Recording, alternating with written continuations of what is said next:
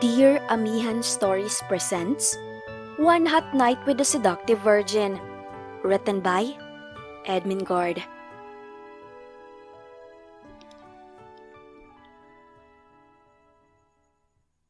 How's my mammogram results, Doc?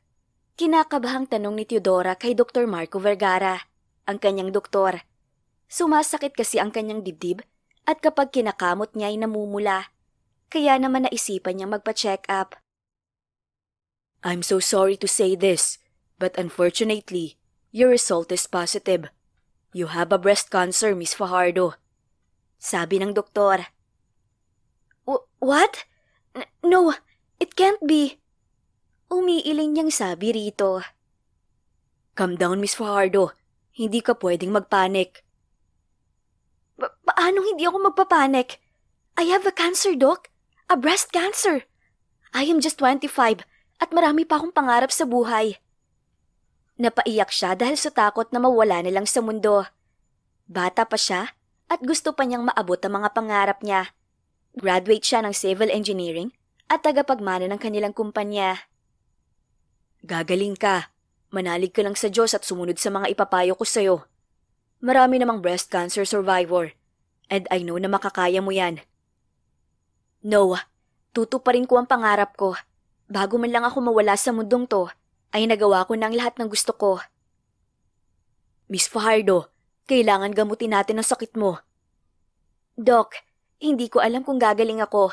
Ang sure ko lang, kapag nag-undergo ako ng treatment, manghihina ako.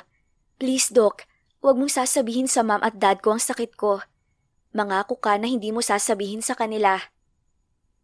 Fine, pero ipangako mo sa akin na kapag may naramdaman ka sa sarili mo, pumunta ka kaagad dito sa klinik, okay? Lalo na kapag may pantal na tumutubo sa bandang dibdib mo o kapag may discharge sa breast mo. Kailangan mong pumunta agad dito sa ospital. Ipangako mo, Teodora. Pangako, magpapagamot ako kapag natapos ko ng lahat ng gusto ko sa buhay. Aalis na ako. Salamat, Doc Vergara. Wika niya at saka lumabas mula sa klinik. Hindi ang sakit kong ito ang makakaputol sa mga pangarap ko. Ngayon pa lang iisa-isahin ko na silang tuparin. Pangako niya sa sarili. Umuwi siya dahil ayaw niyang mag-alala ang kanyang mga magulang, kaya hindi niya ipapaalam ang results ng test. Iha, how's your check-up with Doc Vergara? Ayos lang ba? Tanong sa kanya ng inang si Mrs. Lorena Fajardo. Ayos lang po ko, Mami. Aakyat lang po ako muna at medyo napagod po kasi ako. Pinilit ngumiti ni Teodora. Pahinga ka na. Ipaghahanda kita ng favorite mong merienda, okay? Thank you, Mom. Paalam niya sa ina. Hinalikan niya muna ito sa pisngi bago umakyat sa kanyang silid. Pagpasok niya ay nanghihina siyang napahiga sa kama at napaiyak. Lord, bakit naman ganun? Bakit ako pa? Mabait naman po ko at hindi mapangmata sa kapwa. Pero bakit naman ganito kalala ang sakit na ibinigay niyo sa akin? Please, Lord, pagalingin niyo po ako. Sana may miracle na mangyari. Amen. Panalangin niya sa Diyos. Ipinikit niya ang mga mata at ilang sandali pa ay nakatulog na nga si Teodora. Pagising niya ay agad niyang kinuha ang kanyang diary kung saan niya isinulat ang kanyang bucket list. Unang-una sa listahan niya ang magkaroon ng boyfriend. Paano naman ako magkaka-boyfriend kung may sakit ako at alam kong may taning na ang buhay ko? Tanong niya sa sarili. Wala pa siyang naging boyfriend at isa pa siyang birhen. What if magwalwal na lang ako sa bar at mag-boy hunting? Sounds good. Ayoko namang mamatay na virgin pa, no? Sabi niya pa sa sarili. Kinuha niya ang cellphone at mabilis na tinawagan si Sari, ang matalik niyang kaibigan. Hello, Sari? Are you free tonight? Tanong niya sa kaibigan nang sagutin nito ang tawag. I am free tonight. Why? May trip ka ba ngayong gabi? Sabi nito. Good. Bar tayo tonight. Treat kita. Oh, anong nakain mo? Bigla ka yatang nagbago. Hindi ba tanghel ka? Ayaw mo ngang sumama noon sa akin sa mga party kasi nga baka malasing ka lang kapag uminom ka ng alak. Tapos ngayon, yayayain mo ako mag-bar? Sure ka na ba dyan sa desisyon mo sa buhay? I am sure. May balak nga akong mag-guy hunting eh. What? Wait, you're not Eudora, right? Sinapian ka lang kaya ka nagkakaganyan. Ilabas mong kaibigan ko, kundi ay idedemanda kita. Biro ni Sari sa kanya. Natawa naman siya sa sinabi nito. Hindi kasi siya mahilig mag-bar, lalo na ang makipaghalubilos sa mga lalaki. Gaga, ako lang to, no? Naisip ko lang kasi na it's time for me to grow up. Ikaw pa nga noon ang aya ng ayos sa akin na dapat na akong mag-grow up, hindi ba? So, here I am, trying to grow up. Paliwanag niya dito. Ayaw niyang sabihin sa kaibigan ng totoo. Ayaw niyang kaawaan siya ng mga ito. Tama! Mabuti na lang at na-realize mo yan. I know a great bar in town. And take note, maraming hot bachelor men sa Sweet and Bitter Bar. But you know, hindi pa go-grow up ang pagagay hunting ha? Ani Sari sabay halakhak. Lalo namang hindi pa go-grow up ang pagiging NBSB sa edad kong to. Kita na lang tayo sa Sweet and Bitter Bar at exactly 6 p.m., okay? Got it, Dora the Explorer. Biro pa nito. Naluloka talaga ako sa pagbabago mo. Alam mo ba ang sabi nila? Masama raw yung bigla-biglang nagbabago, natitegi raw agad. Pabirong habol pa nito. Hindi naman niya magawang matawa dahil iyon talaga ang kahihinatnan niya. I might as well live my life to the fullest habang nakakahinga pa ako. Aniyas sa isip. Sige na, kung ano-ano nang pinagsasasabi mo eh. Paalam niya sa kaibigan. Napapailing na lang na tinapos niya ang tawag. Malalim siyang huminga at pilit na kinalma ang sarili. Kaya mo to, Selp. You're brave, right? It's now or never. Kailangan kong tuparin ang nasa bucket list ko. Sa ibang banda naman ay busy si Zoren sa pag-aasikaso sa negosyo ng kanilang pamilya, ang Mondragon Real Estate Company. Siya na ngayon ang namamahala sa kanilang kumpanya simula nang mag-retire ang kanyang ama 2 years ago. Sunod-sunod na katok ang narinig niya mula sa labas ng kanyang opisina. Come in, sabi niya. Hi, bud. So busy, oh? Bati sa kanya ng bagong dating. Si Armando yon, ang kanyang kaibigan. Armando, bud, kailan ko pa dumating? Tanong niya rito. Nag-fist bump muna silang dalawa bago umupo. Yesterday, bud. Sa wakas, pagkatapos ng 5 years ay nakauwi na rin ako rito sa Pinas. Oo nga. Your contract with CV Production Company has ended. Malaya ka nang gawin ang gusto mo. So what is your plan?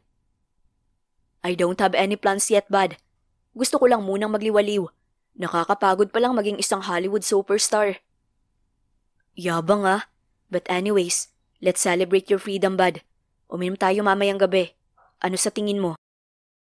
That's good idea, bud. I want a full massage tonight. Biro nito. Malakas naman siyang tumawa. Gago ka? Hanggang ngayon ay ang manyak mo pa rin. Hindi ako manyak, bud. I'm just gifted. Tsaka, ano ba ang manyak sa pagpapamasahe? Natatawang sabi ng kaibigan niya. Kilala kita, bud. I will call you tonight, okay? Just bring your own car. Ayoko makasama ka sa iisang kotse at baka mahawa ko sa kahalayan mo. Biro ni Zoren kay Armando. Shut up. Para ka namang santorian eh. Sige na. Aalis na ako at alam kong busy ka. See you tonight, bud. Paalam nito sa kanya. Welcome home, bud. Nakangiti niyang sabi rito sabay kaway. Tumangulang sa kanyang kaibigan. Simula elementary ay magkaibigan na sila. Nasa iisang circle lang ang kanilang pamilya. Kaya mas lalo pa silang naging malapit sa isa't isa. Mukhang sa pagbabalik nito ay hahawakan nito ang kumpanya ng pamilya nito. Kinagabihan, sa Sweet and Bitter Bar ay nagtungo sina Teodora at Sari. Kahit kinakabahan si Teodora sa gagawin ngayong gabi, ay pinatatag niya ang sarili. Maingay ang paligid dahil sa malakas na tugtog mula sa dance floor ng bar. Alika, sa bar counter tayo. Let's drink? Sigaw ni Sari habang itinataas ang kamay. Hoy, tigilan mo nga yung kakasayaw mo. Naglalakad ka oh. Baka mamaya matapalok ka pa. Saway niya sa kaibigan. Alam mo ang KJ mo talaga. Niyaya mo ko rito kaya sundin mo ko. Or gayahin mo ang ginagawa ko. Paano tayo makakahanap ng lalaki kapag pa Maria Clara tayo, hindi ba? Bahala ka na nga. Let's get twisted! Sigaw ni Sari. Naiiling na lang siyang sumunod dito. Umorder na sila sa bar counter. "Margarita please," order niya. "Bloody Mary sa akin," sabi ni Sari. "Sure, beautiful ladies."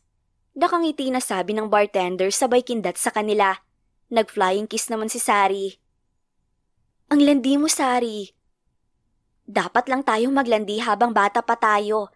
Gugustuhin mo pa bang lumandi kapag senior citizen ka na?" "Baka nga hindi na ako aabot kahit 30 eh." Bulong niya. "Anong sabi mo?" "Wala, inom na lang tayo." Kinuha niya ang margarita nang iserve iyon ng bartender. Hindi siya sanay maglasing kaya nahilo agad siya sa pangalawang shot pa lang. "God, mukhang hihimatiin ako kapag uminom pa ako." Reklamo niya. "Girl, sa umpisa lang yan. Kapag sanay ka na, hindi ka na mahihilo." Sabi ni Sari. Nakaapat na baso na siya nang tuluyang umepekto ang alak sa kanyang katawan. "Besh, let's dance!" Sigaw niya. "Okay, it's time for guy hunting!" Sigaw nito.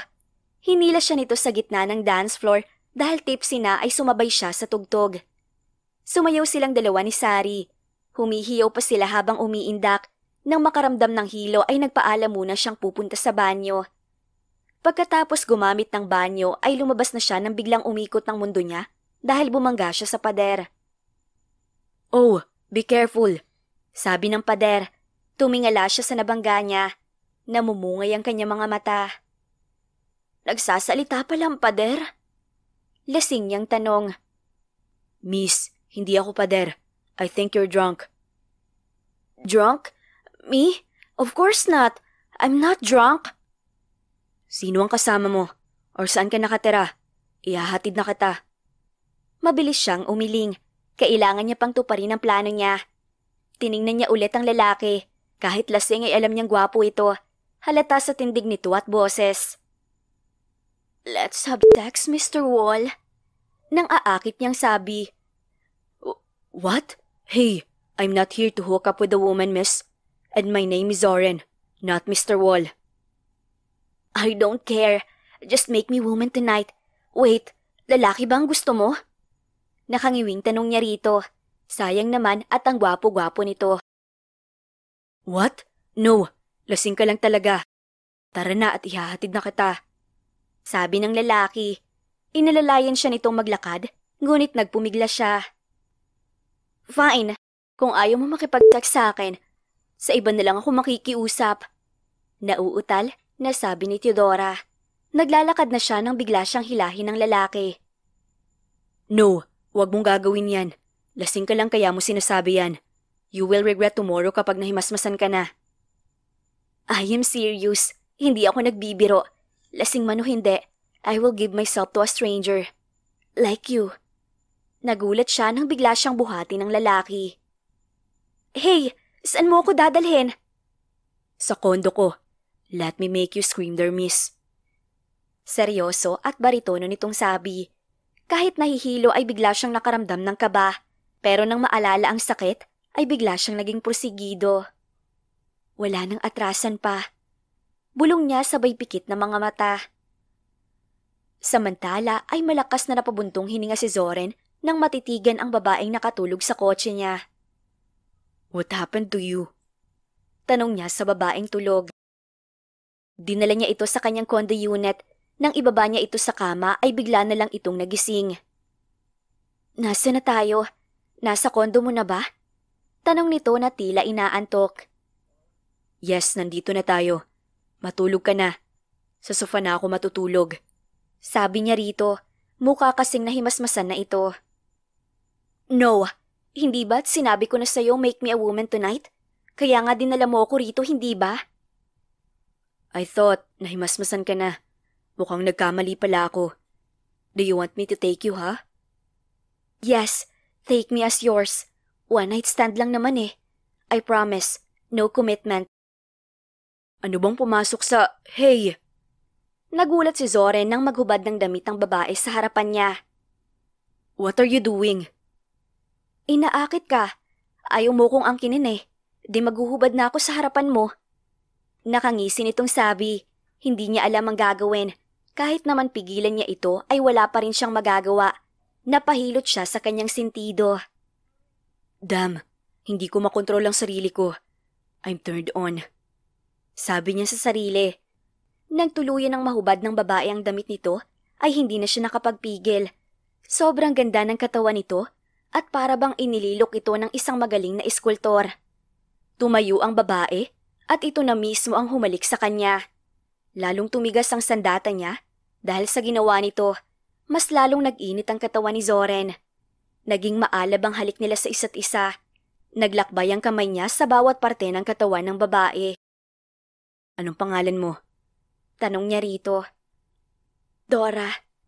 Maikli nitong sagot. Like Dora the Explorer? Shut up kung ayaw mong kagatin kita. Pagbabanta ni Dora sa kanya, bigla naman siyang natahimik. Imbes na magsalita pa ay mas pinalalim pa niya ang paghalik dito hanggang sa naging mas maalab ang nararamdaman nila at ilang sandali pa nga ay nag-isa na ang kanilang katawan. Medyo nagulat pa si Zoren na virgin pa ang babaeng nakaniig. Maganda ito at may inosenteng muka, pero dahil nga sa inasal nito, ay akala niyang panandali ang ligaya lang ang hanap nito. 2 beses niyang inangkin ang babae. Dahil sa pagod at kalasingan, ay agad na nakatulog ang babae. Hinalikan niya muna ito sa noo bago inayos ang kumot na nakabalot sa katawan nito. Ilang sandali pa ay dinalaw na rin siya ng antok. Kinabukasan ay nagising si Theodora na masakit at mahapdi ang gitnang bahagi ng katawan. Ang sakit pala kapag first time. Akala ko char lang ang naririnig ko noon. Para akong hinahati sa gitna dahil sa sakit. Naiiyak niyang sabi sa sarili. Pinilit niyang tumayo para hagilapin ang mga damit. Pero dahil sa hapdi ay napapaupo siya. Hey, are you alright? Tanong ng lalaking nakaniig niya kagabi. Hindi niya ito nilingon. Nag-inhale at exhale muna siya para mawala ang hiyang nararamdaman. Yes, I am okay. Nauutal niyang sagot. You're not okay. It's your first time. At alam kong masakit ang, you know what I mean. Nagulat siya nang nasa harapan na niya ito. Talagang ayos lang ako. I just need a rest. You need a rest pero bumangon ka pa rin. Humiga ka na ulit. Ipaghahanda lang kita ng pagkain. Hinahagilap ko lang ang mga damit ko. Malamig kasi. Mas hinigpitan niya ang hawak sa kumot na siyang nakatakip sa kahubdan niya. Okay. I will buy you new dress, okay? Dito ka lang. Hihinaan ko na lang ang aircon para hindi ka lamigin. No need. Tama na yung damit ko. At saka sa bahay na lang ako magpapahinga. Dito ka na muna magpahinga. Mag-uusap pa tayong dalawa about sa nangyari kagabi. Hindi na kailangan. I want to give my virginity to you last night. Hindi mo ako pinilit, kaya wala kang obligasyon sa akin. Matigas niyang sabi rito. Wala bang halaga sa iyo ang virginity mo? Lasing ka kagabi, habang normal naman ang isipan ko. Pero nagpadala pa rin ako sa temptasyon. I should have avoided you. Ngunit pinagsamantalahan pa rin kita. Hindi ako papayag na hindi natin pag-usapan ang nangyari sa ating dalawa kagabi. You stay here, and I will buy you clothes. Do you understand me? Mariing sabi ng lalaki, napanguso sa inis si Theodora. Fine, umalis ka na nga para makapag-ayos ako ng sarili ko. Dami mong sinasabi. One night stand lang naman ang hanap ko. Kaya ayoko makasalamuhan ng mga babae eh. Sakit kayo sa ulo. Hindi namin kayo maintindihan. Kapag nakuha namin ang virginity nyo at hindi namin kayo pinanindigan, kami ang masama. Kapag naman pinanindigan namin kayo, ayaw nyo naman. Ang gulo-gulo nyo? Tumayo ito at tiningnan siya. Kakaiba ang tinging ibinibigay nito sa kanya. Para bang kakainin siya ng buhay kapag hindi niya ito sinunod. Huwag mong subukang tumakas. May CCTV camera ako sa bawat sulok ng bahay. Ibibilin ko rin sa guard na huwag kang palabasin. At para sigurado ako, dadalhin ko itong bag at panty mo. May pangalan mo pa naman. I will post it on my social media account together with your picture. Gusto mo ba yun? Hoy, walang hiya ka? Asan ang panty ko? Nanlaki ang mga mata niyang tanong kay Zoren. Sarap lang talagang tirisin ng buwiset. Pati panty niya ay pinagdiskitahan pa. Itinaas nito ang panty sabay ngisi. Here, don't worry. Di ko naman to gagamitin para kulamin ka eh. So relax. Sige, alis na ako. Ang bilin ko sa'yo, huwag kang aalis ng kondo ko. Whatever. Inikutan niya ito ng mga mata. Nang mawala ito sa kanyang paningin, ay malakas siyang sumigaw. Palpak ang plano ko. Dapat one night stand lang eh. Bakit ba kasi nagising ang lokong yun kanina? Hays, makapagbihis na nga. God, wala akong pante. Kairita naman. Sigaw niya. Nang maging maayos na ang pakiramdam, ay mabilis siyang nagbihis. Hinalungkat niya ang cabinet ng lalaki at kumuha ng damit at boxer nito. Bahala na kung magalit siya. Kasalanan niya at kinuha niya ang panty ko. Bulong pa niya sabay pasok sa banyo para magbihis. Samantala ay ibinili ni Zorin sa guard na huwag palalabasin si Dora. Ipinakita niya ang litrato ng babae. Pagdating sa department store na malapit sa kondo niya, ay agad niyang tinungo ang ladies department. Good morning, sir. Ano po ang kailangan niyo? Magalang na tanong ng sales lady sa kanya.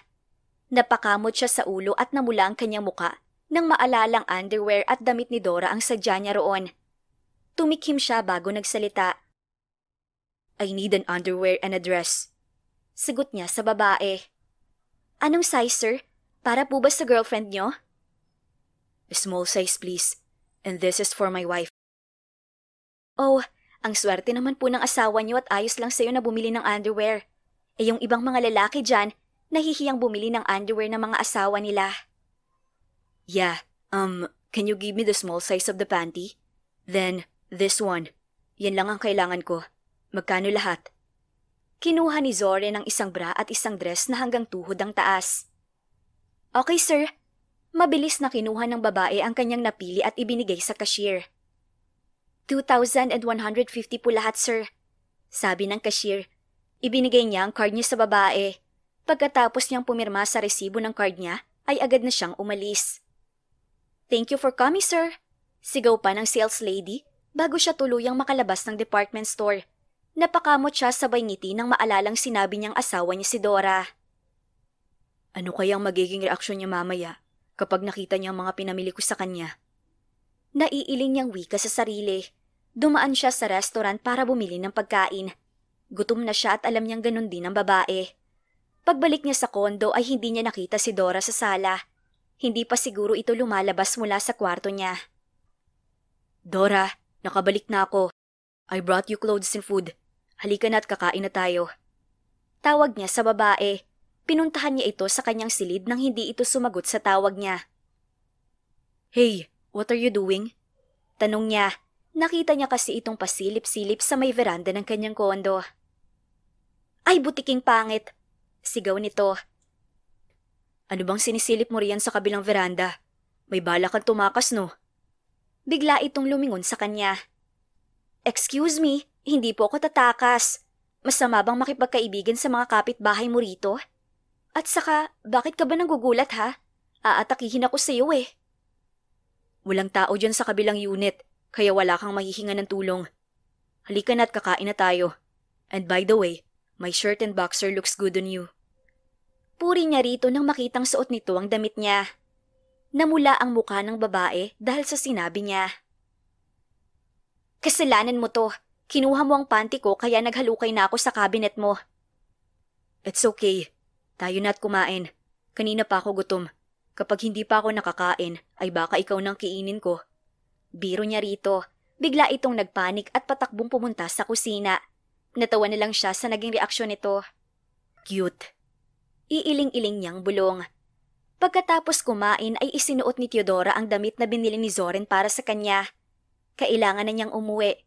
Nag-text na rin siya kay Sari na okay lang siya. Panay kasi ang missed call nito kagabi sa kanya at tinadtad pa talaga siya ng text messages nito. Aalis na ako. Sa bahay na ako magpapahinga. Thank you rito sa damit at sa pagkain.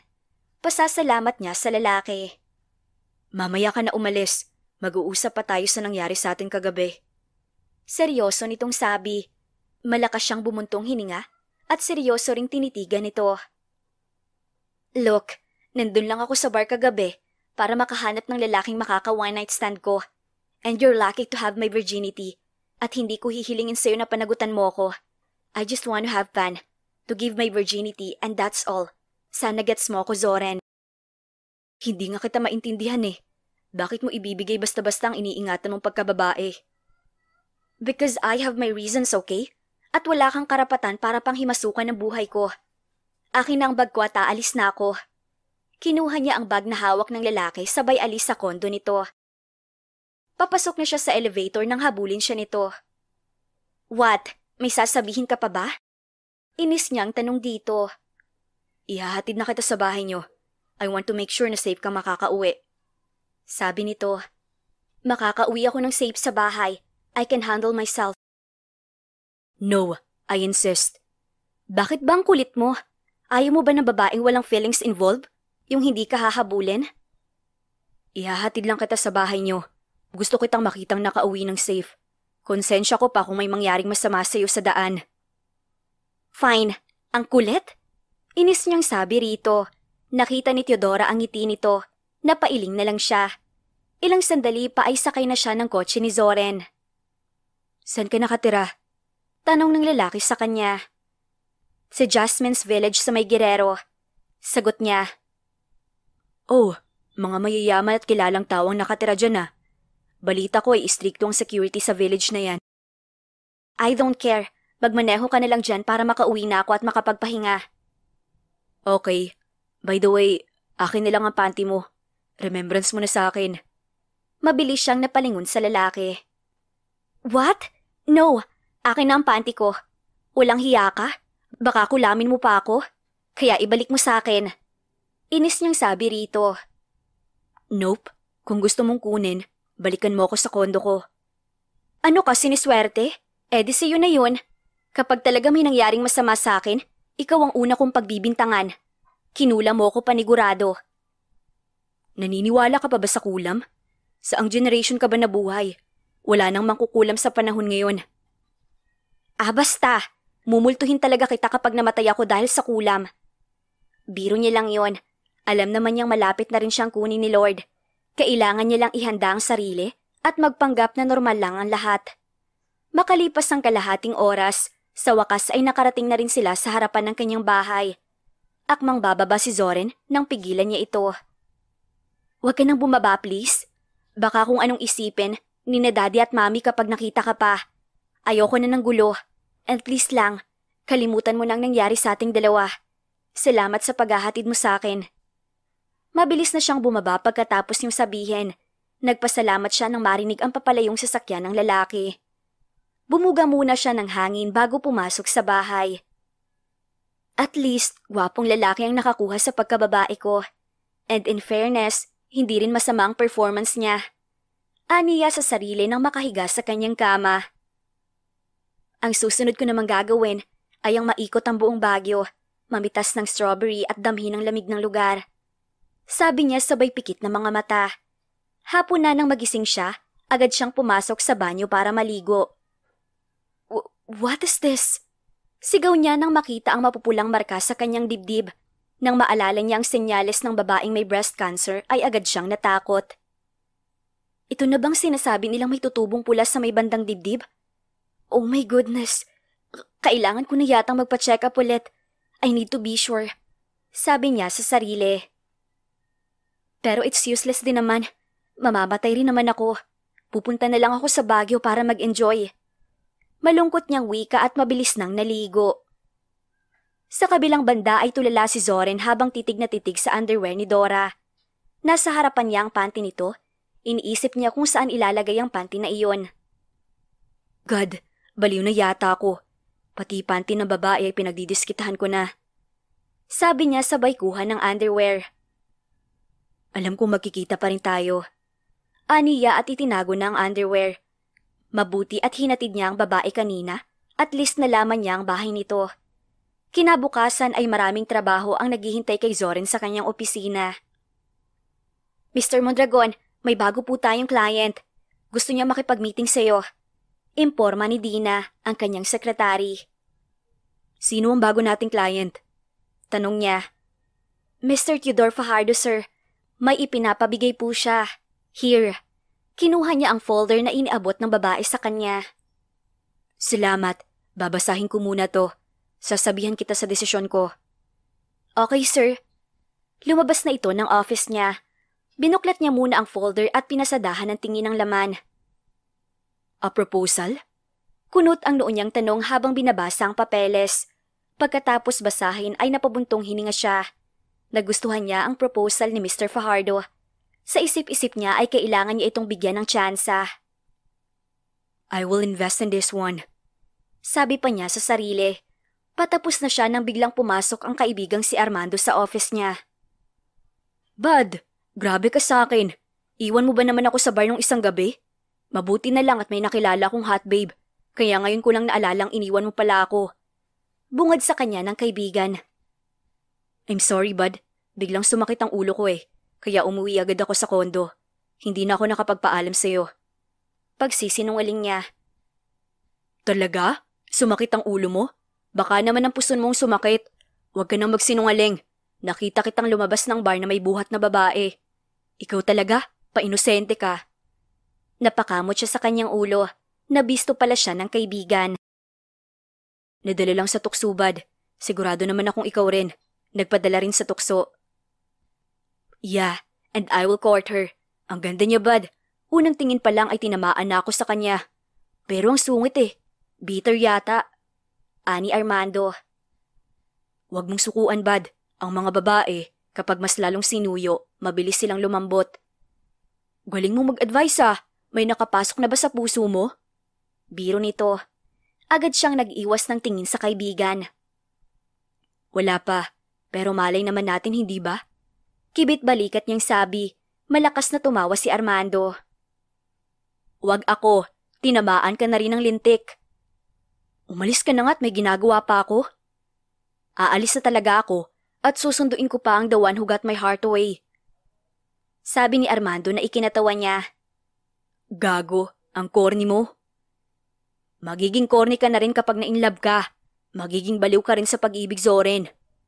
Wika nito sabay labas ng office niya. Nang maalala ang ginawa niya sa underwear ni Dora, ay napatawa siya. Nakakabaliw nga talagang pag-ibig. Bulong niya sa sarili at tinapos na ang ginagawa. Kailangan niyang suyuin si Dora para lumambot ang puso nito para sa kanya. Makalipas ang ilang araw ay kasama ni Theodora ang mga magulang sa dining table. Nag-aagahan silang pamilya. Anak, napapansin ko na matamlay ka nitong mga nakaraang araw. May problema ka ba? Tanong ng kanyang ina. Wala po akong problema, ma'am. Pero hihingi sana ako ng bakasyon sa inyo. Pwede ba yun? Oh, bakasyon ka mo? Tamang-tama. Ikakasal na ang pinsan mong si Mayat sa susunod na buwan. She called me last night. Nakalimutan ko lang sabihin sa'yo. Sabi niya, gusto kanya makasama sa Baguio habang pine-prepare nila ang kanilang kasal. That's good news, Mami. Salamat naman at makakapagbakasyon na ako. You need a vacation, Iha. Lalo na at isang taon mula ngayon ay ikaw na ang mamamahala ng negosyo natin. Fajardo Engineering Company needs you, Iha. Kaya habang ako pang namamahala ay pwede mo munang gawin ang gusto mo. Sabi ng amang si Theodore Fajardo. Thank you, Daddy. Napaka-supportive niyo talaga ni Mami. Anything for you, baby. Eksakto namang tumawag ang pinsan niya habang kumakain sila. Sinabi nitong susunduin siya nito kinahapunan at magkasama silang tutungo sa Baguio. Mag-iingat kayo ni Mayat sa Baguio, ha? Bilin sa kanya ng ina matapos ang tawag ng pinsan niya. Sige po, Mami. Excited na po akong libutin ng Baguio. Iyan kasi ang palagi kong sinasabi sa iyong mag-travel ka. Pero mas pinipili mo palaging magtrabaho. May pang-travel ka naman. Nagkukulong ka sa 4 na sulok ng opisina mo. Imbes ay sermon ng mami niya. Kumain ka na muna at parang bigla kang pumayat. Sabi naman ng daddy niya at nilagyan ito ng maraming pagkain ng plato niya na siyang ikinareklamo niya. Daddy naman, papatabain niyo ako sa lagay na yan eh. Di wala nang lalaking magkakagusto sa akin. Hindi ka patataba niyan, Dora. Huwag kang OA. Napanguso na lang siya sa sinabi nito habang ang kanyang ina naman ay natawa. Dahil makulit ang daddy niya, ay inubos niya na lang ang pagkain sa kanyang plato. Kinahapunan nga ay sinundo siya ng pinsang si Mayet. Nagpaalam siya sa mga magulang bago sumakay ng kotse ng pinsan. Sa private helicopter na pagmamay-ari ng pinsan niya sila sumakay. Congratulations, cuz. Finally, nahanap mo na rin ang the one mo. I'm happy for you. Bati niya kay Mayet. Thank you, cuz. Sana ikaw rin. Makahanap ka na ng magpapatibok din sa puso mo. You're not getting any younger. Nako, darating din tayo riyan. Anyways, saan ba kayo nagkakilala ng fiancé mo? Sa Sweet and Bitter Bar. Doon ko talaga siya unang na-meet. And na-fall agad ako sa blue eyes niya. Naubo siya dahil sa sinabi nitong bar. Oh, ayos ka lang ba? Gusto mo ng tubig? Huwag na, ayos lang ako. May nagkakatuluyan pala kahit nagkakilala lang sa bar? Oo naman, doon kasi ang tambayan ng mga hot bachelor at mga hot babes na mga katulad natin. Try mong pumunta roon at baka mahanap mo na ang dawan mo. Biro ni Mayet sa kanya. Naku, huwag na. Ayos lang kahit wala pa akong jowa. Mag-e-enjoy muna ako sa buhay ko. Mabilis na lumipas sa mga araw at nagulat na lang siyang mahigit 1 buwan na siyang nasa Baguio. Sa rest house siya ng pinsan na malagi. Panay lang ang pamamasyal niya. Minsan ay nasasamahan siya ni Mayet, pero kapag busy ito ay siya lang mag-isang namamasyal. Nang tumunog ang alarm clock ay bumangon agad siya. Balak niyang iyong pumunta sa Asin Hot Spring para magbabad. Akma siyang tatayo nang bigla siyang makaramdam ng hilo. Napahawak siya sa kanyang ulo at muling umupo sa kama. Hindi naman siya nahihilo nitong mga nakaraang araw. Oh God, ito na po bang sign ng sakit ko? Bakit ngayon ko lang ito naramdaman? Diyos ko, tulungan niyo po ako. Naiiyak niyang sabi sa sarili. Bigla siyang naduwal kaya napatakbo siya sa banyo at doon ay sumuka ng sumuka. Nang hihina at namumutla siyang bumalik sa kama. Masama ang pakiramdam niya. Kaya imbes na umalis ay nahiga siya ulit at ipinikita mga mata. Samantala, si Zore naman ay busy sa pamamalakad ng kanilang negosyo, kaya nakalimutan niyang dalawin si Dora sa bahay nito katulad ng plano niya. Sunod-sunod kasi ang naging project nila at kailangan niyang matutukan ng bawat project, lalo na ang mga pabahay. Their company is known for their quality building, kaya hindi niya sisirain ang reputasyon ng kanilang kumpanya. Nag-angat siya ng tingin nang bumukas ang pinto ng kanyang opisina. Mr. Mondragon, nandito po si Mr. Fajardo ng Fajardo Engineering Company. Imporma ng kanyang sekretarya. Let him in, sabi niya. Tumangulang ang babae at ilang sandali pa nga ay pumasok na sa loob ng opisina niya si Mr. Fajardo. Good morning, Mr. Mondragon. I'm sorry kung hindi ako nagpasabi na pupunta ako rito sa office mo. Bati nito sa kanya.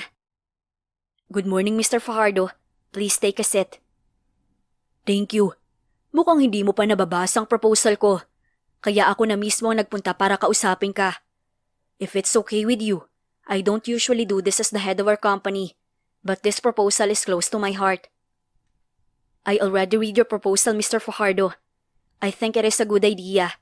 Magkakaroon na ng sariling bahay ang mga nasa middle class na pamilya. Pero, hindi kaya tayo malugi, Mr. Fajardo? Quality materials ang gagamitin natin sa paggawa ng bahay. Tapos mababa lang ang interes na sisingilin natin sa kanila. Baka imbes na lumago tayo, ay bumagsak pa. Paliwanag niya.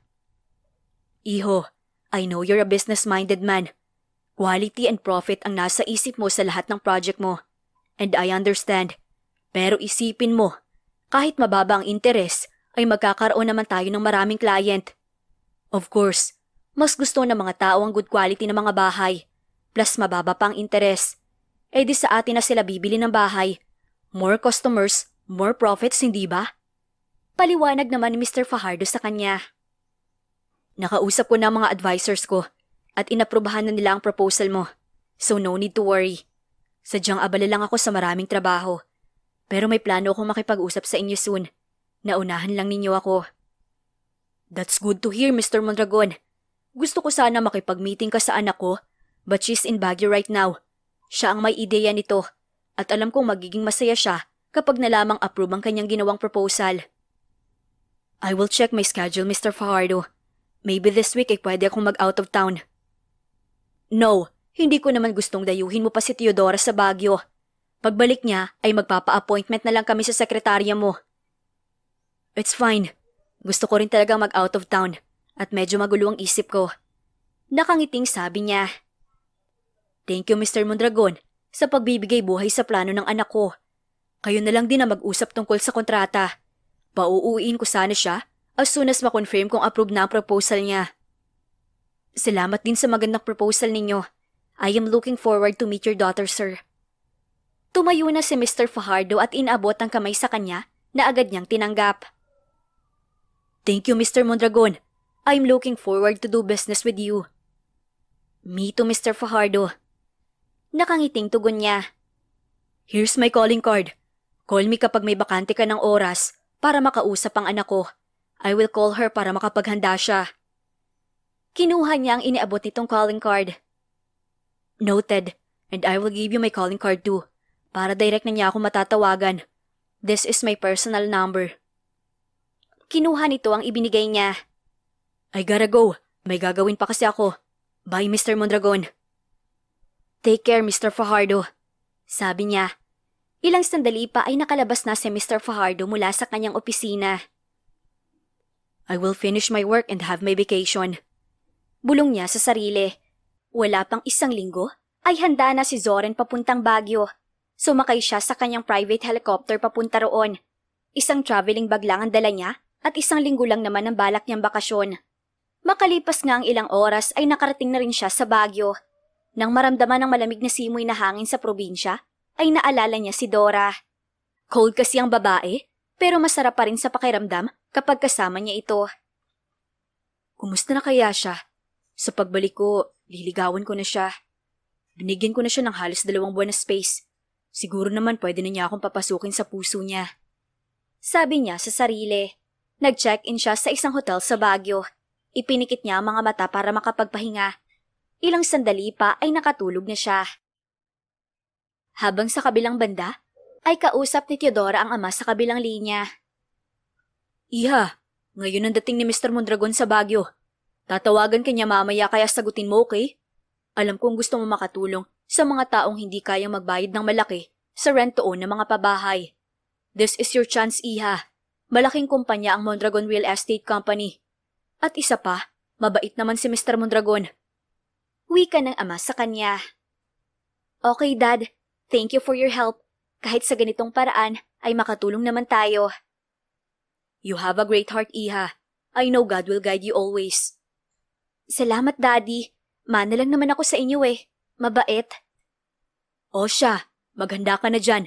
Be beautiful. Baka mabihag mo ang puso ng Mr. Mondragon. Biro ng ama. Daddy? Malakas lang na tumawa ito. Bye, anak. Enjoy your vacation there. Pinagtatrabaho nga ninyo ako eh. Pabirong tampo niya sa ama. I am just kidding. Bye po. Ikis niyo po ako kay Mami. I will, Iha. Sabi nito bago pinutol ang linya. Nawala ang ngiti sa labi niya. Next week ay ikakasal na ang pinsan niya. Samantalang siya ay nag-aalala kung paano maging maayos ang pakiramdam. Kung paano niya lalabanan ang kanyang sakit. Mabuti na nga lang at nawala ng pulang marka sa may bandang dibdib ko. At saka hindi na ako masyadong nahihilo. Pero panay naman ang tulog ko. God, please, wag niyo po akong pababayaan. Mas magiging mabait pa po ako. Please, give me some miracle, Lord.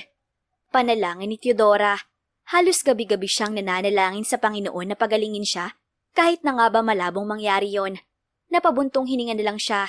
Kumalamang sikmura niya, kaya napahawak siya sa kanyang tiyan. Makakain na nga lang. Gutom na ako. I want strawberry jam. Gusto ko ring pumitas ng strawberry. Excited niyang sabi. Napapansin niya na nahihilig siya sa strawberry. 5:00 pa lang ay handa na siya. Nakagayak na siya para sa meeting nila ni Mr. Mondragon. Isang simpleng black halter dress ang suot niya na hanggang tuhod ang taas. Pinatungan niya iyon ng cardigan dahil malamig ang panahon. Hinihintay niya ang tawag ni Mr. Mondragon. Hindi niya pa kasi alam kung saan silang dalawa magkikita. Naglalagay siya ng lipstick sa labi nang biglang mag-ring ang cellphone niya. Yes, this is Teodora Fajardo speaking. Who's this, please? Bungad niya sa kausap. Oh, Miss Fajardo. I am Mr. Mondragon. Let's meet at La Fresca Restaurant. Alam mo ba kung saan yun? Yes, I know that place. Sikat iyon dito sa Baguio at nakapunta na rin ako roon. Let's meet there. Alright. Nakapagpa-reserve na ako. Just tell my name and they will assist you. Thank you, Mr. Mondragon. Aalis na ako. Paalam niya. Hindi na niya hinintay pa ang sagot nito at ibinaba ng cellphone. Medyo nahihilo siya pero agad din namang mawawala. Kaya ko to. I can do this. Matapang ako at walang sakit na hindi ko kayang labanan. Matapang niyang sabi sa sarili. Umikot pa siya sa harapan ng salamin ng isang beses. Nang masiguradong ayos na ang kanyang hitsura ay umalis na siya. 2 minuto rin ang biniyahe ni Teodora papunta sa La Fresca Restaurant. Pagkatapos maipark ng sasakyan, ay pumasok na siya sa loob ng restaurant. Hello, ma'am. Welcome to La Fresca Restaurant. Please enjoy your stay. Bati ng babae sa kanya. Thank you. Reservation for Mr. Mondragon, please. Wika niya. This way, ma'am. Hinatid siya ng babae sa dulong bahagi ng restaurant. Medyo malayo na sila sa karamihan. The table, ma'am. Enjoy. Yumuko pa ang babae bago ito umalis. Kita niya ang likod ng lalaking kamiting. Naglakad na si Teodora papunta sa table nila na Mr. Mondragon. Good evening, Mr. Mondragon. I am Zoren? Naputol ang pagbati niya nang makilala ang lalaking kamiting. Nakita niya ang pag-awang ng labi nito. Dora? You're Teodora Fajardo? Ang anak ni Mr. Teodor Fajardo? Hindi makapaniwalang tanong nito. Yes, it's me. A small world nga naman. Nagpasalamat na nga ako at hindi mo na ako kinulit eh. Pero heto at nagkita pa rin tayo. Naiiling niyang wika. Tumayo si Zoren at ipinaghila siya ng upuan. Thank you. Well, hindi kita ginulo kasi busy ako. At isa pa, naisip ko rin bigyan ka ng space na makapag-isip. Plano ko ang ligawan ka pagkagaling ko rito eh. Pero mukhang tadhana nang naglalapit sa ating dalawa. May ibig sabihin kaya yun? Nakangiti na sabi nito sa kanya. Anong sabi mo? Liligawan mo ko? FYI, Mr. Mondragon, hindi ako nagpapaligaw. Mataray niyang wika. Hindi ko naman hinihingi ang permiso mo. Sinabi ko lang sa'yo na liligawan kita para hindi ka magulat. Bakit ba ang kulit mo? Tantanan mo ako, pwede ba? Paano ba tatantanan ng babaeng bigla na lang nagpagulo ng mundo ko? Ang babaeng pumasok na lang bigla sa sistema ko. Ikaw ang unang lumapit sa akin. Ikaw ang nag-alok na angkinin kita. Kaya kasalanan mo kung bakit baliw ako sa'yo. Natameme siya sa sinabi ni Zoren. Hindi niya akalain na seryoso nga ang lalaki sa kanya. Bumuntong hininga siya at seryoso rin itong tiningnan. Hindi tayo nagkita para pag-usapan ng nakaraan. Let's talk about business. Okay, we will talk about business. Pero hindi ibig sabihin na hindi na kita liligawan. Anyway, umorder na rin ako ng pagkain. Let's eat first. Pwede ka rin namang umorder ng gusto mo. Tama nang in-order mo, sabi niya rito. Sa totoo lang ay nalilito na siya sa nararamdaman para sa lalaki. Hindi ito nawala sa isipan niya. Ngayon na nakita niya ito ulit, ay bumilis na naman ang pagtibok ng puso niya. Teodora, isipin mong may sakit ka. Bawal kang ma-in love. Masasaktan ka lang. Paalala ng utak niya. Hey, ayos ka lang ba? Bakit parang bigla kang naging lutang?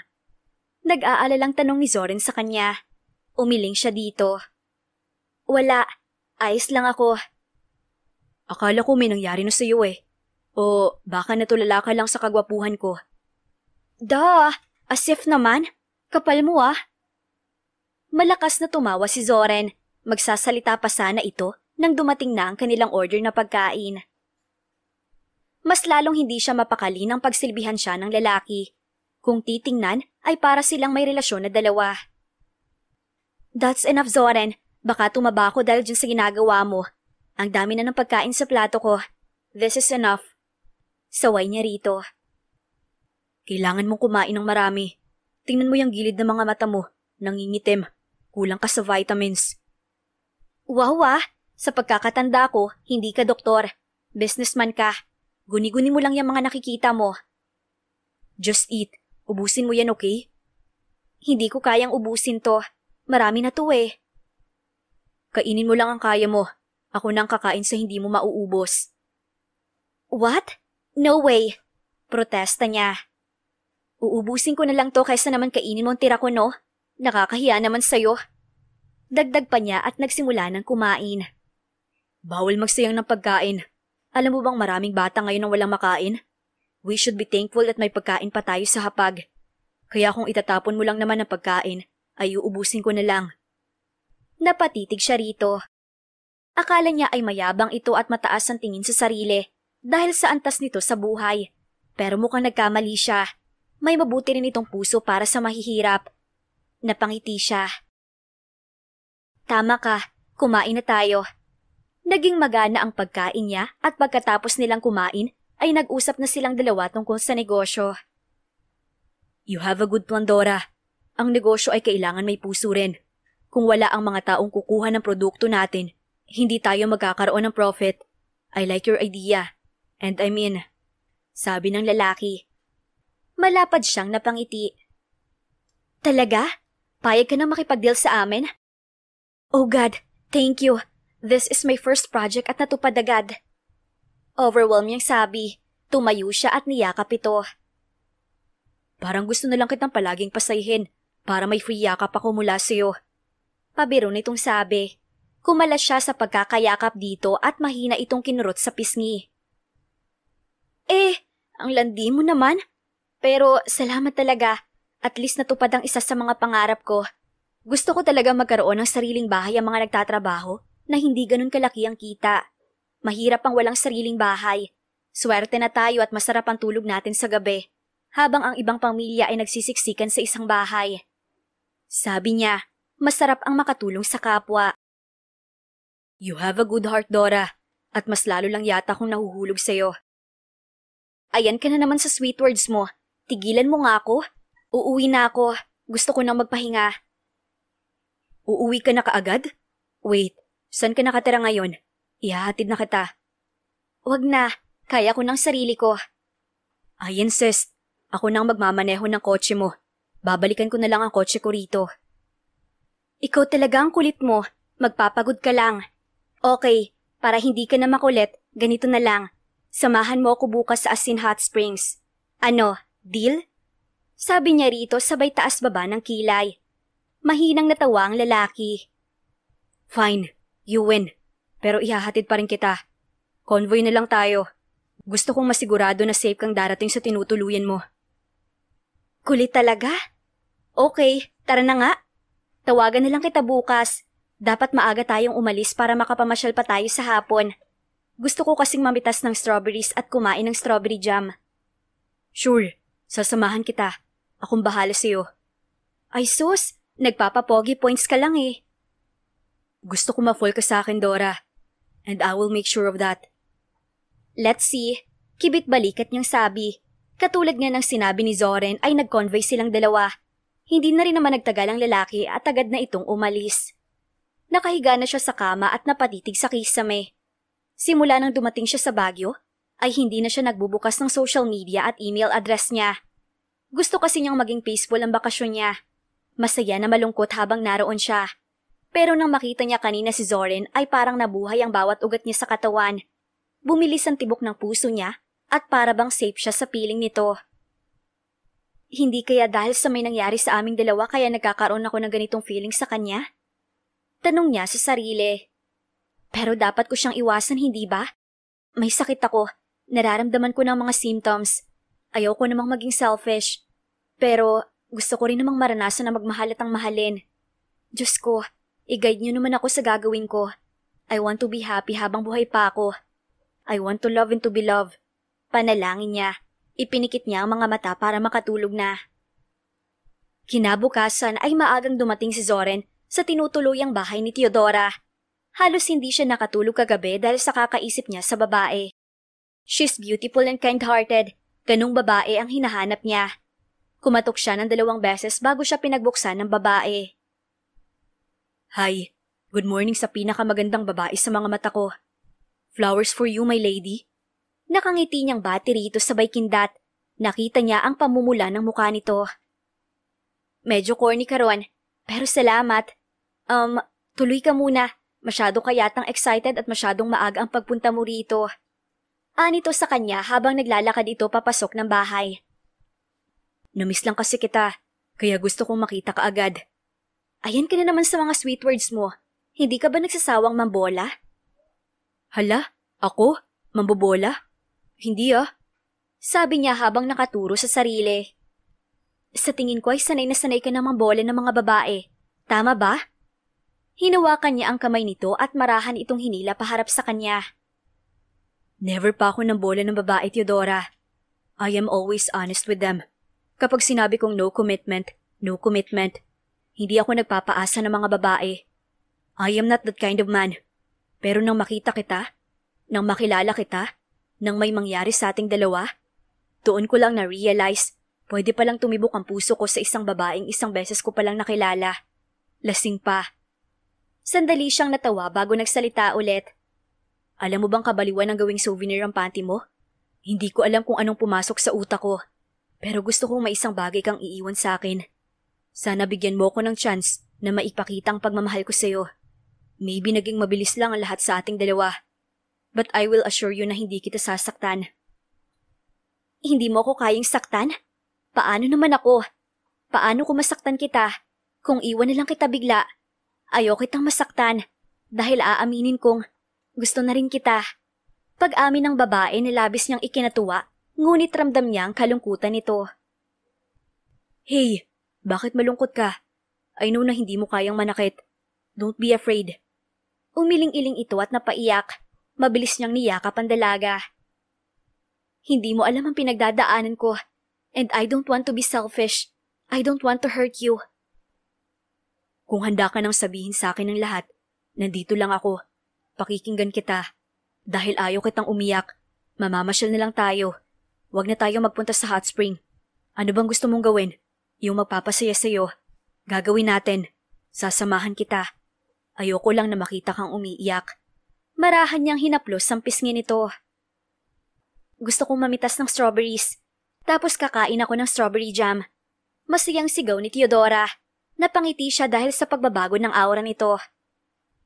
Magbihis ka na. Baka ibang strawberry ang makain ko. Biro niya sabay titig sa dibdib nitong nakadikit sa kanya. Namula ang mukha ng dalaga sabay tili. Pervert, ang manyak mo talaga. Inis nitong sigaw sa kanya. Malakas lang na natawa si Zoren. Ayos lang. Nakita ko naman yan eh. Kaya huwag ka nang mahiya. Zoren? Malakas na naman siyang natawa dahil sa naging reaksyon nito. Patakbo itong pumasok sa silid. Napailing na lang siya. Hindi niya agad napansin ang suot ni Theodora. Nakasuot lang ito ng lingerie na pinatungan ng roba. Pero dahil hindi nakatali ang roba, kaya kitang-kita niya ang suot nitong lingerie. Plus the fact na wala itong suot na bra. Bigla na lang siyang nag-init sa naisip. Ipiniling niya ang ulo. Ayaw niyang magkasala sa babae. Nirerespeto niya ito, lalo pa at mukhang may pinagdadaanan ito. Pagkalipas ng ilang minuto ay bumaba na ito. Nakapagpalit na ito ng damit. Kahit simpleng damit ay maganda pa rin ito. Niwala nga itong makeup pero ang ganda pa rin. You're a beauty, Theodora. Puri niya sa dalaga. Kimi itong ngumiti sa kanya. Salamat. Tara na nga't gusto ko nang kumain ng strawberry jam. Ayan ito sa kanya. Sabay na silang lumabas. Sasakyan niya ang ginamit nila. Bago ka kumain ng strawberry jam, kumain na muna tayo ng breakfast. Hindi ka pa kumakain eh. You need to eat first. Sabi ni Zoren sa dalaga. Ikaw, kumain ka na? Tanong nito sa kanya.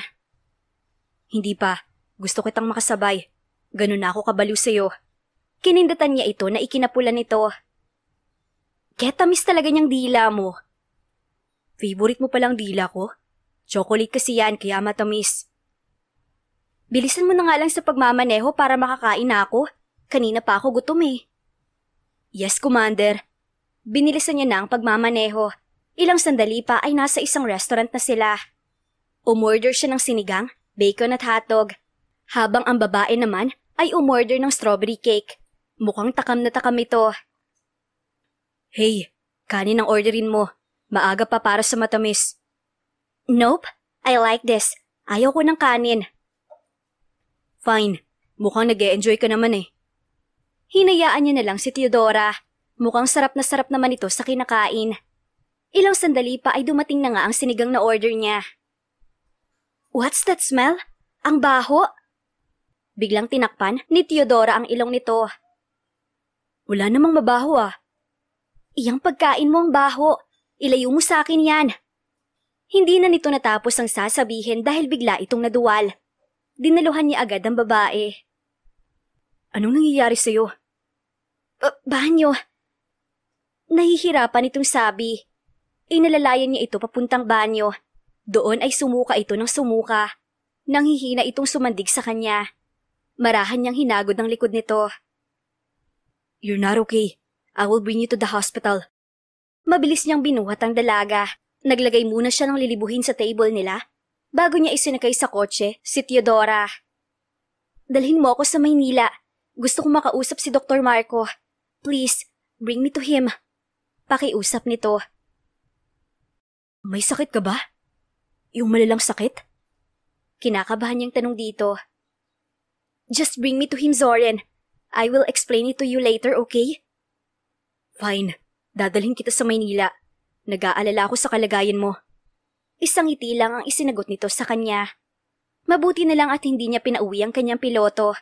Isang tawag niya lang dito ay nakahanda na kaagad ang helicopter niya. Kinakabahan man ay pilit na pinatatag ni Zoren ang sarili. Theodora needs him at hindi siya pwedeng maging mahina ngayon. Mahal niya ang dalaga. Kahit malaman niya pang may sakit ito, ay hinding-hindi niya ito iiwan. Samantala, habang nasa biyahe ay nakatulog si Theodora. Kinakabahan siya, pero napapanatag ang kanyang damdamin dahil nasa tabi niya lang si Zoren. Makalipas ang ilang oras ay nakarating na nga sila sa ospital ni Dr. Marco. Kahit medyo nahihilo, ay agad niyang hinarap ang sekretary ng doktor. Claire, si Dr. Marco, nasa loob ba? Tanong niya rito. Nagulat pa ito nang makita siya. Ma'am Theodora, kayo po pala. Nasa loob si Dr. Marco. Kakarating niya lang din. Sagot nito. Salamat. Papasok na ako sa loob. Teka lang, Ma'am Theodora. Hindi na niya pinakinggan pa ang sinasabi ni Claire at pumasok na agad siya sa office ni Dr. Marco. Dr. Marco, can you check me? May halong kaba at takot sa puso niya habang nakatitig sa doktor. Mukha pa itong nagulat nang makita siya. Theodora, bakit ka nandito? Nabasa mo naman siguro ang email ko sa'yo. Tanong nito sa kanya. Doc, I am here para magpa-check up ulit. At saka, ano bang email ang sinasabi mo? Magpa-check up? Okay ka naman ah. I am not okay, Doc. Hindi ba at sinabi mo sa akin ang isang symptoms ng breast cancer ay may pulang tutubo sa bandang dibdib? May tumubo sa akin ganun after ko nalaman na may breast cancer ako. Tingnan mo to, Doc. Ipinakita niya ang larawan ng pulang marka sa bandang dibdib na nasa kanyang cellphone. Tiningnan naman iyon ni Dr. Marco. Pinakatitigan nito ang larawan. Kumunot ang noo nito. Hanggang sa ilang sandali pa, ay mahina itong natawa. Siya naman ang kumunot ang noo. Doc, anong nakakatawa? This is a serious matter, Doc Marco. Alam mo yan. Inis na wika niya rito. Well, that red marks on your skin is not a symptom of a breast cancer, Theodora. Those are kiss marks or love bites. Alam mo naman ang ibig sabihin nun, di ba? Namula ang mukha niya dahil sa narinig. Bigla siyang napalingon kay Zoren. Dahil may nangyari sa kanilang dalawa bago pa siya nagkaroon ng pulang marka. Nahihilo ako. Nagsusuka rin ako tuwing umaga. Nagkakaroon ako ng mood swings. Hindi ba yun senyales ng sakit ko, Doc? Sa tingin ko ay hindi mo nga nabasa ang email ko sa'yo. Maupo na muna kayo para maipaliwanag ko ang lahat. Naupo nga silang dalawa ni Zoren. Hawak-hawak nito ang kamay niya. Anong email yun, Doc? I emailed you the result of your mammogram. And I'm so sorry dahil mali ang resultang nabasa ko sa'yo. Pareho kasi kayong Theodora ang pangalan. So I thought na iyon ang mammogram result na nakuha ko. After 2 days ko lang din nalaman kasi bumalik ang may-ari ng result na nabasa ko sa'yo. Kaya naman I emailed you the good news. Hindi na ako nakatawag sa'yo dahil ako ang nag-asikaso sa pasyente na nakapalitan mo ng resulta. I'm sorry, Theodora. I didn't mean to scare you. Nagkamali lang talaga ako. Paliwanag ni Dr. Marco sa kanya. Hindi niya alam ang gagawin. Ang magpasalamat o ang malungkot dahil may isang taong nahihirapan at nakikipaglaban ng sakit na breast cancer. Umiyak siya sa galak at lungkot. Gusto niya ring mainis sa doktor dahil sa katakot-takot na stress na tinamo niya. Niyakap naman siya ni Zoren para patahanin. Ilang sandali pa ay kumalma na siya. Doc, gusto kong tulungan ng babaeng may breast cancer. Pwede ba yun? Of course, Theodora. I will send you the details kung ano ang mga kailangan niya. And do you still need a check-up? Sabi mo kanina ay nahihilo ka at nagsusuka sa umaga. Then may mood swings ka. If I remembered it right, nagkaroon ka ng kiss mark. Stop the kiss mark topic. Nakakahiya. Fine. So, magpapa-check up ka ba o hindi? I'm sorry to interrupt you, Dora. But I think you need to be checked. Hindi ako mapapanatag na hindi ka ma-check up. Sabad ni Zoren sa usapan. Malambing niya itong initian. Napaka-sweet talaga nito. Okay, first, let's do some laboratory test. Anang doktor. Pagkatapos kuhanan ng dugo para sa laboratory test, ay hinila siya ni Zoren sa cafeteria sa loob ng ospital. Kaya ba sinabi mo na baka masaktan ako ay dahil akala mo'y may sakit ka? Tanong nito sa kanya. Oo, natatakot kasi ako na kapag lumala ang sakit ko, ay maiwan kitang mag-isa at masasaktan ka. And kaya mo ibinigay sa akin ang virginity mo that night ay dahil ayaw mong mamatay na virgin? Kaya ayaw mo ng commitment, tama ba? Yes, tama ka rin. Gusto kong tuparin ang nasa bucket list ko. At isa na nga ang isuko ko ang bataan. Ngayong nalinawan ka na, wala kang breast cancer. Handa mo na ba akong tanggapin sa buhay mo, Dora? Paano kung totoo nga may sakit ako? Mamahalin mo pa rin ba ang isang katulad ko? Yes, I will still love you, Dora. Dahil ikaw lang ang itinitibok nitong puso ko. Napangiti siya sa sinabi nito. At ikaw lang din ang tinitibok ng puso ko. Nagkatitigan sila at ilang sandali pa ay naglapat ang kanilang labi. Nakalimutan nilang nasa loob sila ng cafeteria at maraming nakakita sa kanila. Malakas na palakpakan at hiyawan ang nagpahiwalay sa kanila. Kaya naman pulang-pula ang mukha niya. Lumabas na ang resulta ng laboratory test ni Theodora. Kinakabahan siya sa maaaring maging resulta. Well, you're healthy. Walang problema sa lab test mo. Ang mga nararamdaman mo ay normal lang sa isang babaeng buntis. Congratulations! Masayang balita ni Dr. Marco sa kanila. Nagkatingin sila ni Zoren. Parehong nagulat sa balita. Talaga? Buntis ako? Wow! May baby na sa tiyan ko? I can't believe it, Zoren. Do you hear it? Magkakaroon na tayo ng anak. Masaya niyang sabi. Niyakap naman siya ng lalaki. Let's get married. Ayaw kong lumaki ang tiyan mo nang hindi pa tayo kasal. Oh my goodness. Speaking of kasal, bukas na nga pala ang kasal ng pinsan kong si Mayet. Nakalimutan ko pa tuloy. Balik tayo bukas sa Baguio? As you wish, babe. Pero paano ang tanong ko? Pakakasalan mo ba ako? Of course, I will marry you, Zoren. I know na hindi pa natin ganoong kakilala ang isa't isa. Pero naniniwala akong makakayanan natin ang lahat. Lalo na at may anghel na tayong darating. Yeah, wala naman yan sa tagal ng pagsasama o pagkakakilala. Kapag mahal niyo ang isa't isa, kesyo bago lang kayo magkakilala o kahit na matagal na ay hindi iyon magiging hadlang. Sabi ni Doc Marco sa kanila. Doc Marco, ninong ka ng baby namin at invited ka rin sa kasal. Masayang sabi niya rito. Sure, ako pa ba? Malakas ka sa akin. Nakangiti nitong sabi saka nagbigay ng rekomendasyon sa kilala nitong OB-GYN. Kinabukasan ay dumalo sila ni Zoren sa kasal ni Mayet. Pagkatapos ng kasal ay lumipad ulit sila patungong Maynila kasama ang mga magulang niya. Pagbalik nila sa Maynila ay hiningi na nito ang kanyang kamay sa kanyang mga magulang at sinabi rin nilang buntis siya. Nagalit sa umpisa ang daddy niya. Conservative kasi ang pamilya niya. Sinusunod nila ang tradisyon noon na kasal muna bago ang pagbubuntis. Pero ipinakita ni Zoren ang pagmamahal nito para sa kanya. Kaya naman sa loob ng 2 linggo ay nakuha rin ito ang approval ng ama. Naging mabilis ang preparasyon ng kasal nila. Ayaw kasi ni Zoren na umumbok ang tiyan niya bago sila magpakasal. Parehong masayang mag-asawa. Maging ang kanilang mga magulang ay naging masaya rin para sa kanila. Samantalang hindi nakadalo sa kasal niya si Sari dahil nasa isang isla ito.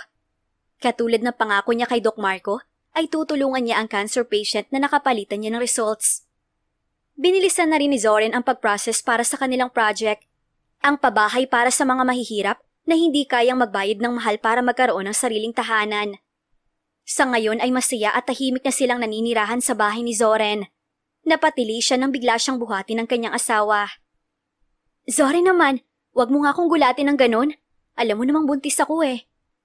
Nakasimangot na saway niya sa asawa. I'm sorry babe, hindi ko na uulitin. May sorpresa kasi ako sa iyo eh. Nakangiti na wika nito at hinilikan pa siya sa labi. Halos araw-araw naman ay may sorpresa ka sa akin. Wala nang bago ron. Unique to, and I know na matutuwa ka. Siguraduhin mo lang na matutuwa ako ha? Kapag hindi, sa guest room ka matutulog. Sure babe.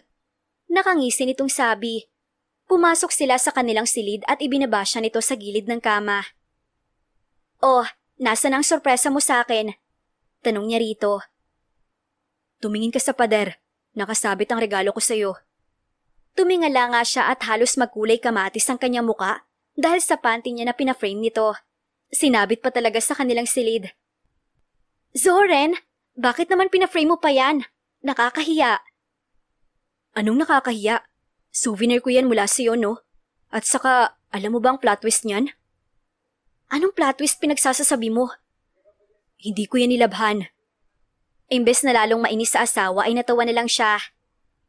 Kadiri ka? Ginayuma mo yata ako gamit ang panty ko eh. Biro niya rito. Talagang mahal kita, Theodora. I love you so much and our baby. Madamdamin itong pahayag. Mahal na mahal din kita, Zoren. Mahal kita at ang anak natin at ang magiging anak pa natin. Ilang sandali pa ay naglapat na ang kanilang mga labi.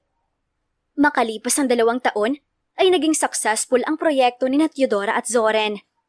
Kaya naisip nilang gumawa pa ng mas maraming proyektong kaugnay niyon. Kambal ang kanilang unang anak, at ngayon ay focus na muna sila sa pag-aalaga ng kanilang mga anak. Kahit na anong pagsubok ang dumating sa mag-asawa, ay parati nila iyong nalalabanan dahil sa kanilang pagmamahalan at sa pananalig sa may kapal. The end. Kung nagustuhan niyo ang aming istorya, ay huwag kalimutan na mag-like at subscribe. Mag-iingat po tayong lahat. Salamat!